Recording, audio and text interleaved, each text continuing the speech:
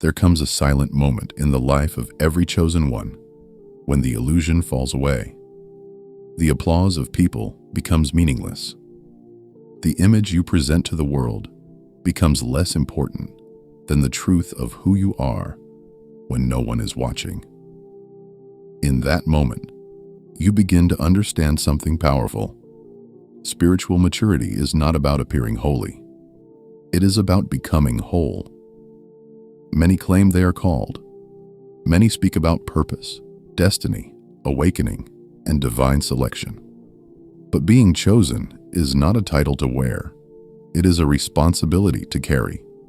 Spiritual maturity demands discipline, self-awareness, humility, and courage. It requires a person to refine their character, not just their vocabulary. The path is narrow not because it is mysterious, but because it requires consistency. The 6 laws of spiritual maturity are not suggestions. They are foundations. Without them, spiritual growth becomes performance. With them, it becomes transformation.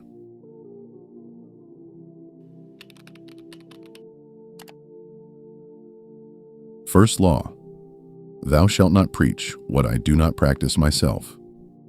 Hypocrisy is one of the most subtle spiritual diseases.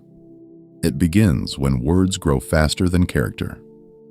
As awareness increases, a person may find it easy to speak truth, advise others, and share inspiring messages. But speaking about discipline is easier than practicing it. Teaching faith is easier than living it under pressure. True maturity begins when a person measures themselves by their private actions, not their public image. A hypocrite says what sounds righteous, but avoids the discomfort of self-correction. A mature soul constantly reflects inward. They examine their intentions. They admit their weaknesses. They align their behavior with their beliefs. This alignment builds integrity, and integrity builds spiritual strength. God is not moved by eloquent speech. He is moved by sincerity and effort. A chosen one must close the gap between what they declare and what they demonstrate. The goal is not perfection, but honesty and growth. Second law: thou shalt not be a slave to my desires and impulses. Temptation is often quiet and ordinary. It appears as small compromises, hidden indulgences, and private justifications. It whispers that one moment of pleasure will not matter. It convinces the ego that desires must be satisfied immediately. Yet unchecked desires slowly enslave the soul. Spiritual maturity requires mastery over impulse. Not every urge deserves obedience. The ego constantly seeks to fill spiritual emptiness with temporary satisfaction, attention, lust, status, power, or distraction. But none of these can fill what only closeness to the Most High can satisfy. When a person repeatedly surrenders to temptation, their inner clarity weakens and their connection to God feels distant. Resisting temptation strengthens the spirit. It builds discipline and deepens awareness. Living a pure life does not mean living a flawless one, but it does mean refusing to normalize behavior that damages the soul. Self-control is not restriction. It is freedom from slavery to the flesh. Third law: thou shalt not fear man. The fear of people is one of the greatest barriers to spiritual courage. Many silence their beliefs to avoid being judged.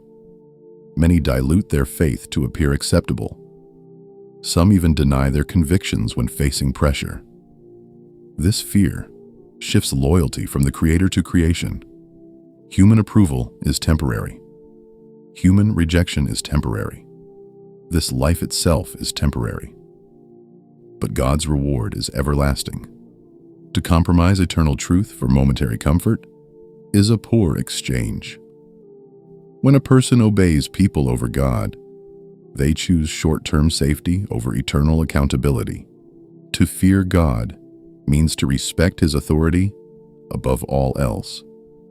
It means recognizing that his reward is greater than any praise this world can offer, and that his punishment is more severe than any discomfort this world can cause. When this understanding settles into the heart, courage replaces anxiety. A mature believer stands firm, even if they must stand alone. Fourth law, thou shalt not talk negatively behind somebody's back. Gossip corrodes the heart. Speaking negatively about others behind their backs reflects insecurity and spiritual immaturity. It is an attempt to feel elevated by lowering someone else. This behavior reveals more about the speaker than the subject. A spiritually mature person guards their speech carefully. Words carry weight. They can heal or humiliate, build or destroy. Engaging in gossip spreads negativity and weakens community bonds. The chosen one understands that dignity must be maintained even when discussing those who have wronged them. Avoiding gossip does not mean ignoring injustice. It means addressing issues directly and respectfully, rather than secretly and destructively. Silence is better than harmful speech. Controlling the tongue is one of the clearest signs of spiritual refinement. Fifth law, thou shalt not mingle with the godless and the public sinners who openly sin and encourage others to sin along with them. Environment shapes character. A person may believe they are strong enough to resist negative influence, but constant exposure slowly weakens conviction. Friends who openly mock morality, encourage reckless behavior, celebrate dishonor, or pressure others into sin create an atmosphere that normalizes decline. Social influence works quietly. What once felt wrong begins to feel ordinary. Over time, values shift. Just as repeated exposure to illness can weaken the body, repeated exposure to corruption can weaken the soul. Even a strong immune system requires protection, and even a strong believer requires boundaries. Spiritual maturity involves choosing company wisely. It means surrounding oneself with those who remind each other of God, who encourage discipline, and who strive for self-improvement. Periodic isolation can renew clarity and restore strength. Protecting your environment is not pride, it is wisdom. Sixth law, thou shalt not judge others. There is a difference between discernment and arrogance.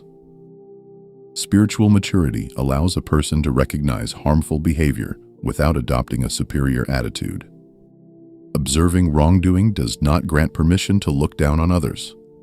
Every soul is on a journey.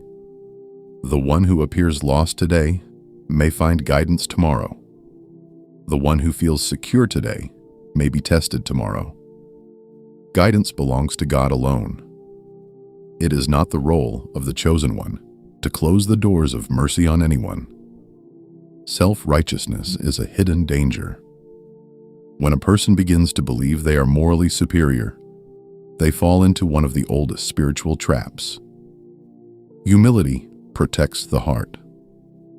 A mature believer hates wrongdoing, but remains compassionate toward people. They are strict with themselves and gentle with others. Spiritual maturity is not loud. It is disciplined. It is consistent. It is humble. These 6 laws are not burdens meant to restrict life. They are protections meant to elevate it. The chosen one is not defined by how strongly they speak, but by how sincerely they live. So do not get caught up in the mix. Learn to mind your own and look within first, before you look without. Thanks for watching. Peace and blessings.